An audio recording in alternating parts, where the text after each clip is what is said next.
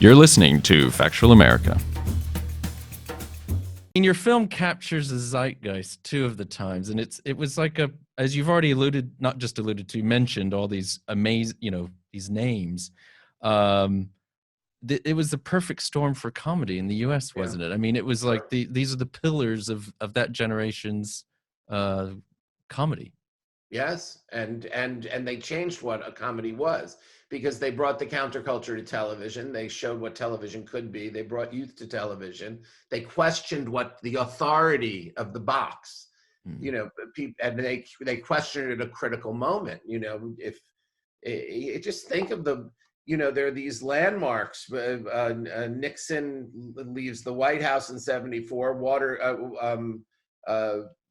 Saturday Night Live starts in '75. People magazine doesn't exist until 1974. Saturday Night Live starts in 1975.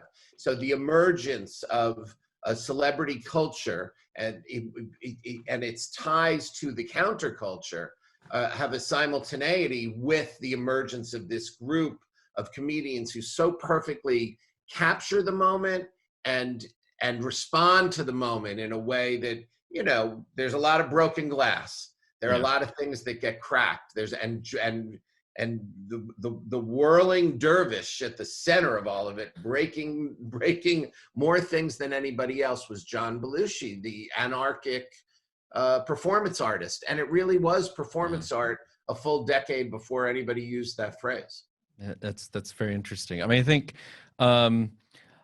what I remember too is because it was Saturday Night Live has now become so mainstream, but at the time it was the show you hopefully got to watch when your parents weren't noticing, kind of thing. Yeah. It was that kind of attitude towards it. It was very. It was bad. It was bad, but it was so good.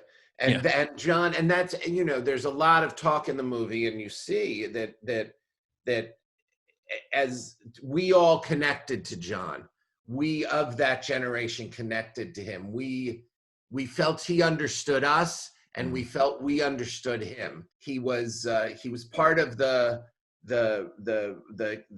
anarchy of the moment, but he would look at us with a raised eyebrow, and we knew he had us in mind.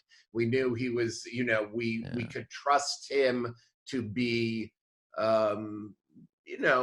questioning authority.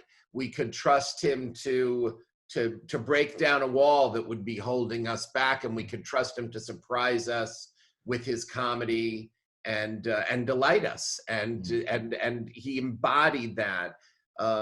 His personal demons are another part of the story. The way in which he needed to stretch himself always as an artist was another part of the story.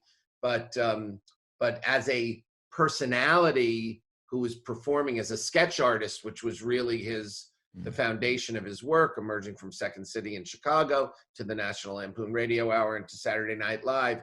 He was, in a way, the everyman who we understood, even a 15-year-old kid from, outside of New York City, the suburbs of New York City, which is what I was watching TV. I felt that guy knows who I am, and I know who he is. And I think people all over the world had that feeling.